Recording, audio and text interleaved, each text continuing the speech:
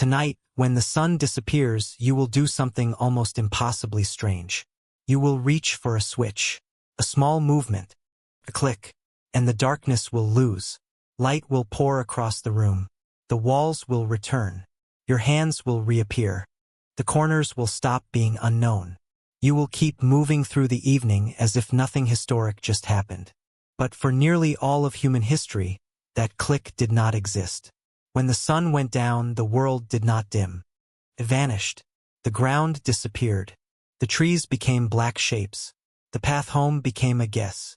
Your own hand, held in front of your face, could become nothing but absence. No lamps, no bulbs, no streetlights, no glowing screens waiting beside the bed. For most of the 300,000 years that modern humans have existed, every one of your ancestors spent almost half of life inside darkness so complete that most people today have never truly seen it. No candles for most of that story. No lanterns. No safe yellow glow behind glass. Just the sky, the stars, the cold, the breathing of animals beyond sight, and one fragile weapon that had to be kept alive. Fire. So what did humans do with all those hours? What happened after sunset, when the world outside the flames became a hunting ground? The answer is not just about sleep. It is about fear. It is about stories. It is about the hidden rhythm of the human mind. And it begins with fire. Because without fire, night belonged to something else. The earliest solid evidence of humans controlling fire comes from Wonderwork Cave in South Africa, roughly 1 million years ago. But fire was never only warmth. It was never only cooked meat. It was never just a tool. Fire changed the shape of the human day. Before fire, our ancestors were like other primates. When darkness came, movement became danger. You climbed, hid, settled, and stayed still. Night was not a time to explore. Night was not a time to talk too loudly, wander too far, or test your luck. Because out there, beyond sight, the predators still had eyes. Leopards, hyenas, wolves, animals built for the dark. Human eyes are poor in the night. We are not made to see what stalks us from the black edge of the world. So before fire, sunset was a command. Stop. Hide. Survive until morning. Then fire changed the equation. A campfire made a circle. Not a large one. Maybe 30 feet of safety. Inside that ring, faces could be seen. Hands could work. Children could sleep. Meat could cook. Stories could begin. Outside that ring, the old world waited. Dark. Teeth. Silence. This is not just dramatic language. Anthropologists studying modern hunter-gatherer groups have documented that people who wander away from fire at night are more likely to be killed by predators. Even now, the fire was not decoration. It was a border. Inside it, human life. Outside it, everything that wanted human life to end. But fire did more than defend the camp. It gave humans a stolen piece of time. Before fire, the useful day died with the sun. Maybe 12 hours in summer. Maybe 8 in winter. Then nothing. The world closed. But with fire, humans gained 2, 3, sometimes 4 more usable hours. First, that sounds small. A few extra hours. A little more time. But stretch that across thousands of generations, across every winter, every camp, every child listening in the glow, and those hours become something enormous. They become culture. In 2014, anthropologist Polly Wiesner published a study in the Proceedings of the National Academy of Sciences. She had spent years recording conversations among the Jew/Hoansi Bushmen of the Kalahari Desert, one of the few groups still living close to older hunter-gatherer patterns. What she found was almost like watching the human mind change when the sun went down. During the day, about 80% of conversation was practical. Where to hunt, which plants were ready, who needed what, where people should go, food, plans, negotiations, problems, work. Daytime talk belonged to survival. But at night, around the fire, the conversation transformed.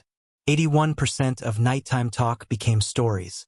People spoke of distant places, old adventures, ancestors, spirits, origins, jokes that made the camp break into laughter, warnings hidden inside tales. Memories turned into meaning.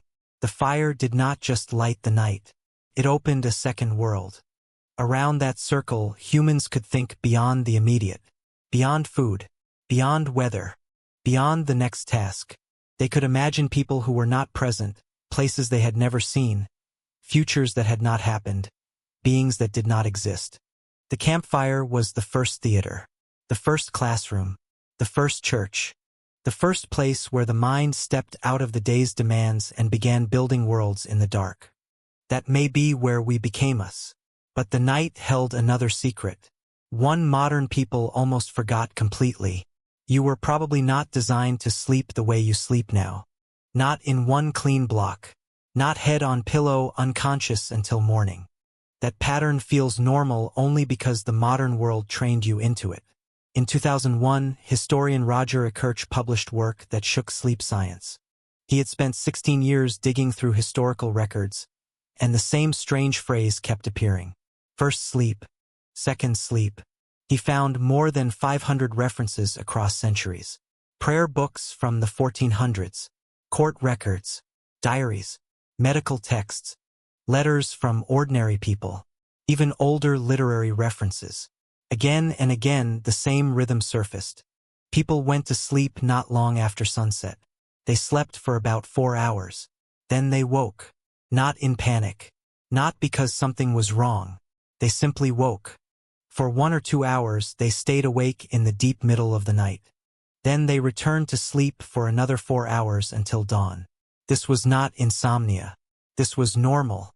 For thousands of years, this was the human night. First sleep. The watch. Second sleep. And what did people do in that strange black interval between dreams? Everything. A 16th century French physician even recommended that couples conceive children during this window, believing they would do it better then. People visited neighbors. They prayed. They interpreted dreams while the images were still fresh. They wrote. They studied.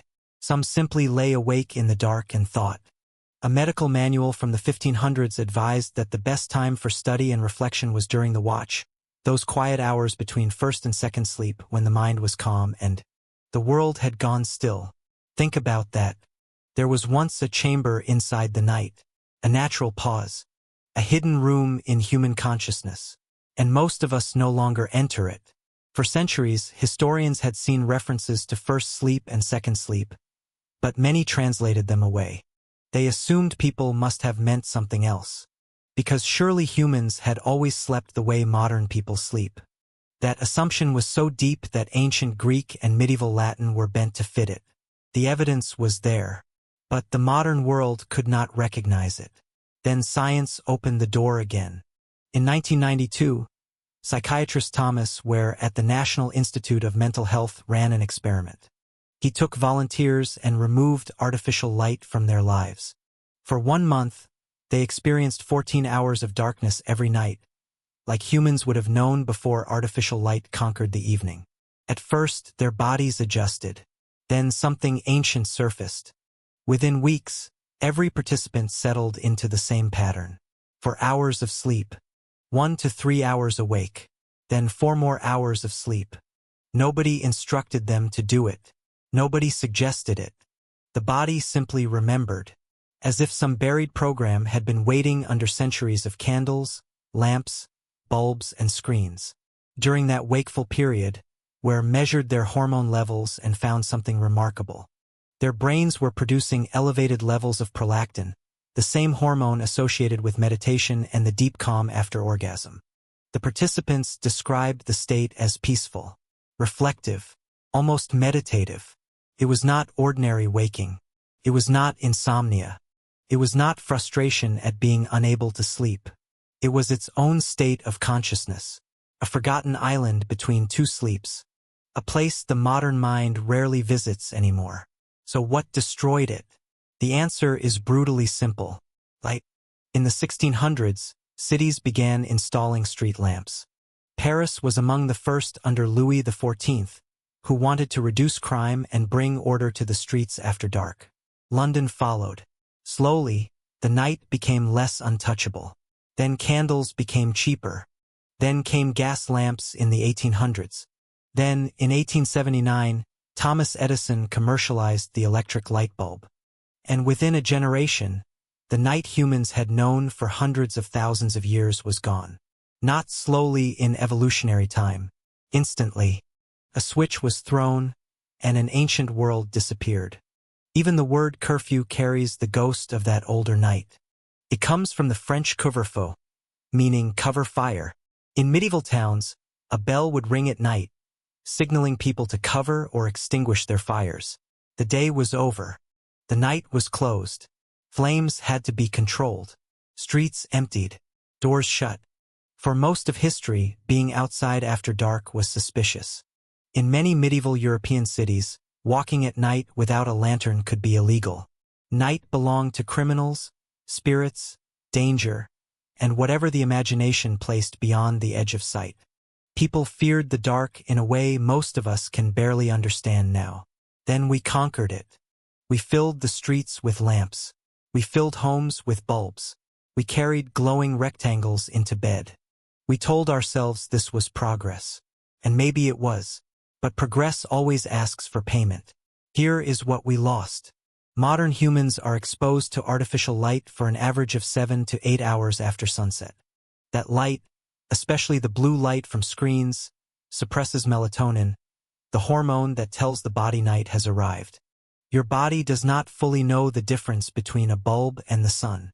When light hits your retina at 11 p.m., your brain reads it as a message. Daytime. Stay awake. Delay sleep. Hold back the chemicals of night. So melatonin comes late. Sleep fragments.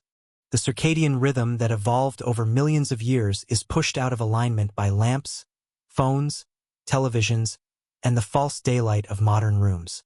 Researchers have found that people who go camping for just 1 week with no artificial light can shift their melatonin cycles by nearly 2 hours. Their bodies begin producing melatonin closer to sunset instead of hours later. 1 week. That is all it takes for ancient timing to begin returning. The body remembers faster than we expect. And this means we did not just change bedtime. We may have erased an entire phase of human awareness. That quiet reflective state between first and second sleep, the one where participants described as peaceful and meditative, is gone for most people. In its place, many of us have insomnia. We wake at 2 a.m. Panic. Check the clock. Reach for the phone. And believe something is broken. But what if the body is not failing? What if waking in the middle of the night is not always a malfunction? What if some part of you is remembering a rhythm older than agriculture, older than cities, older than writing? For 300,000 years, your ancestors lived inside a night that modern people can barely imagine. They gathered around fires that held predators at the border.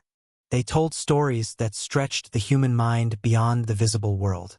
They slept in 2 phases and woke between them to think, pray, speak, dream, love, remember, and listen. They lived beneath skies where the Milky Way was not a tourist destination. It was simply the ceiling of the world. And when they woke in the dark between first sleep and second sleep, they did not reach for a screen. They lay in the silence of the earth, with the fire low, the stars burning overhead, and the whole camp breathing around them. Maybe they thought about the hunt. Maybe they remembered the dead. Maybe they listened for movement beyond the flames. Maybe they told themselves the first versions of the stories that would one day become religion, myth, art, and memory. That darkness was not empty. It was one of the places where humanity learned to hear itself. Then came the switch, the click, the instant defeat of night. Now, when the sun goes down, we do not enter darkness. We replace it. We push it into corners. We seal it outside windows. We flood the ancient silence with light and call it normal. But every time a room brightens after sunset, something older goes quiet. A rhythm, a fear, a kind of thought, a state of mind we once knew so well that no one had to name it. We traded all of that for a light switch.